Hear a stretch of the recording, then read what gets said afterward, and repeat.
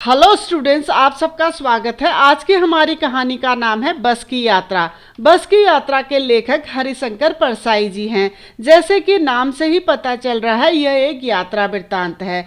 यानी लेखक ने अपने दोस्तों के साथ सतना की यात्रा की थी। उस यात्रा के दौरान लेखक और उनके दोस्तों के साथ जो जो घटित हुआ, उन सब का वर्णन लेखक ने इस यात्रा वृत्तांत में किया है।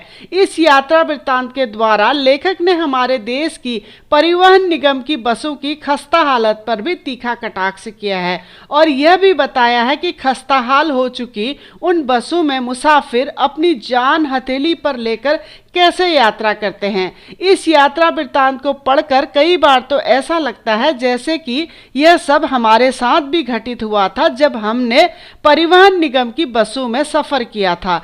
इसमें लेखक ने बड़े ही रोचक तरीके से अपनी यात्रा का वर्णन किया है, जिसमें वे अपने 4 दोस्तों के साथ एक वर्षों पुरानी घटिया और खस्ताहाल हो चुकी बस में सफर करते हैं और उस सफर में उन्होंने कितनी मुसीबतों का सामना किया, कितने बुरे बुरे ख्यालों ने उनके मन में बार बार डेरा डाला। इस सब को लेखक ने बड़े ही सरल और चुटीले अंदाज में पेश किया है।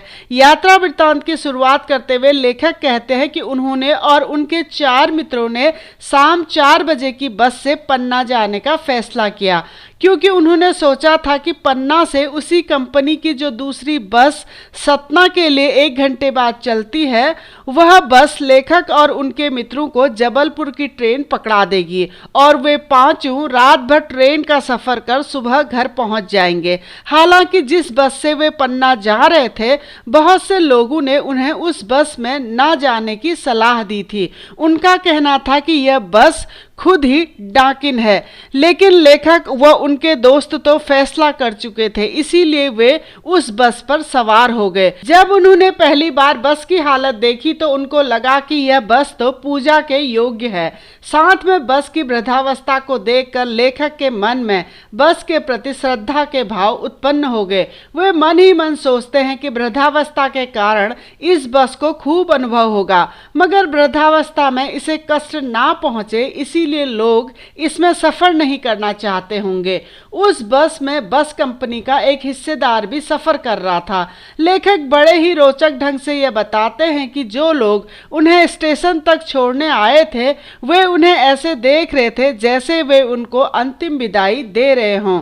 खैर, बस चलने के लिए जैसे ही इंजन स्टार्ट हुआ तो ऐसा लगा जैसे पूरी ही बस इंजन हो। लेखक को यह समझ में नहीं आ रहा था कि वे सीट में बैठे हैं या सीट उन पर बैठी है। बस की खस्ता हालत को देखकर उनके मन में विचार आया कि यह बस जरूर गांधी जी के असहयोग आंदोलन से जुड़ी रही होगी, क्योंकि इसके सारे पुर्जे व इंजन एक दूसरे को असहयोग कर रहे थे। धीरे धीरे बस आगे बढ़ने लगी। तब लेखक को मालूम पड़ा कि वाकई में यह बस गांधी जी के असहयोग और सविनय अवज्ञा आंदोलन से जुड़ी रही होगी, इसीलिए इसे सहयोग न करने की खूब ट्रेनिंग मिली हुई है। लेकिन कुछ दूर जाकर बस फिर से रुक गई।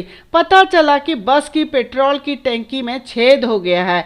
ड्राइवर ने बाल्टी में पेट्रोल निकालकर उसे बगल में रखा और नली डालकर उस पेट्रोल को इंजन में भेजने लगा।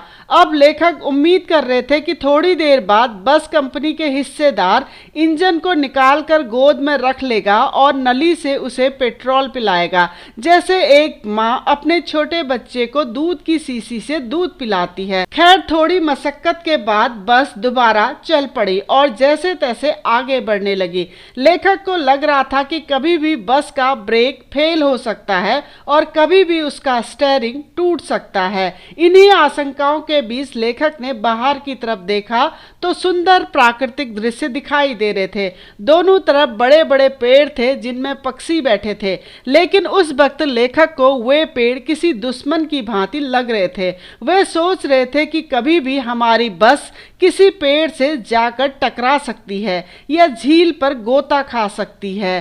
तभी अचानक बस फिर रुक गई। ड्राइवर ने बहुत कोशिश की, मगर इस बार बस चलने को तैयार नहीं थी। कंपनी का हिस्सेदार जो बस में ही बैठा था, वह लोगों को बार बार भरोसा दिला रहा था कि बस तो बहुत अच्छी है, लेकिन कभी कभी ऐसा हो जाता है, इसमें डरने की कोई बात नहीं है, बस अभी चल पड़ेगी। धीरे धीरे रात रात होने लगी और चांदनी रात में उन पेड़ों की छाया के नीचे खड़ी वह बस बहुत ही दुखियारी बेचारी दिखाई दे रही थी। बस को देखकर लेखक को ऐसा लग रहा था मानो कोई बूढ़ी औरत थक कर एक जगह बैठ गई हो। बस की हालत को देखकर लेखक को आत्मग्लानि भी हो रही थी। वे सोच रहे थे कि इस बूढ़ी बेचारी बस पर हम इतने सारे लोग लद कर आए हैं। लेखक को आगे का सफर कैसे तय होगा यह ख्याल सता रहा था। तभी हिस्सेदार साहब ने बस के इंजन को सुधारा और बस आगे चल पड़ी, लेकिन उसकी चाल पहले से और धीमी हो गई थी और उसकी हेडलाइट की रोशनी भी बंद हो चुकी थी। चांदनी रात में रास्ता टटोलते हुए बस जैसे तैसे धीरे धीरे आगे बढ़ रही थी। लेखक कहते हैं कि अगर पीछे से कोई और बस आती तो हमारी बस पीछे वाली बस को रास्ता देने के लिए एक किनारे खड़ी हो जाती। कछुआ चाल से चलते हुए बस जैसे ही एक पुल के ऊपर पहुंची तो बस का टायर अचानक फट गया और बस जोर से हिलकर रुक गई। अनहोनी की आशंका से लेखक का हृदय कांप गया और उन्होंने उस कंपनी के हिस्सेदार की तरफ पहली बार बड़े ही श्रद्धा भाव से देखा था। क्योंकि वे टायरों की हालत जानते थे, फिर भी जान हथेली पर लेकर इसी बस में सफर कर रहे थे। बलिदान की ऐसी भावना दुर्लभ है। वे सोच रहे थे कि इस आदमी के साहस और बलिदान की भावना का सही उपयोग नहीं हो रहा है। इसे तो किसी क्रांतिकारी आंदोलन का नेता होना चाहिए। लेखक ने भी अब अपने मन से तनाव व चिंता को कम करने की कोशिश की।